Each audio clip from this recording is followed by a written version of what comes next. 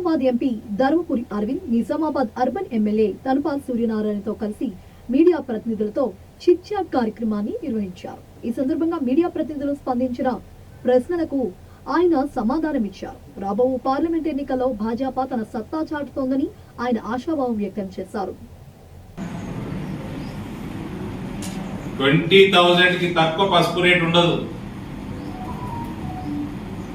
దానికి కూడా 2-3 సంవత్సరాల కంటే ఎక్కువ వ్యవధి అవసరం లేదు.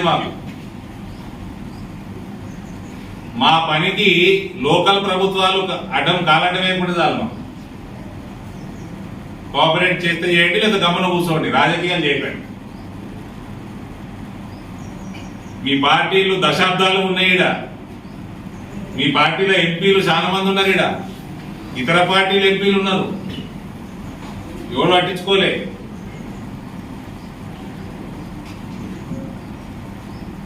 మేము చేసే పనికి అడ్డంకి రాజకీయాలు చేయకపోతే చాలు. ఈ రేట్ వస్తున్నది, ఇది ఏం ఫస్ట్ ఇయర్ కాదు. ఇది పోయిన సంవత్సరం కూడా జబ్బు వచ్చిన పసుపు తప్ప వేరే పసుపు అన్నిటికీ 8,000, 9,000 వచ్చినాయి. లాస్ట్ 3 నెలల నుంచి జరుగుతూనే ఉన్నది.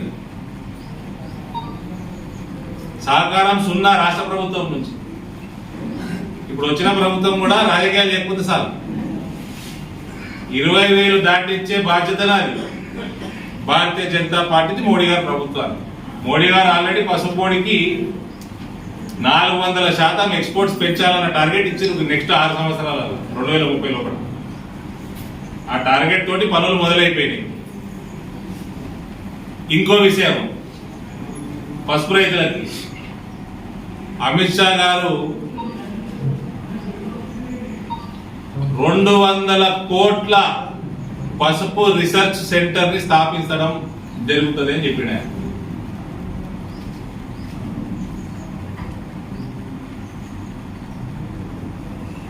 పసుపుకి కేవలం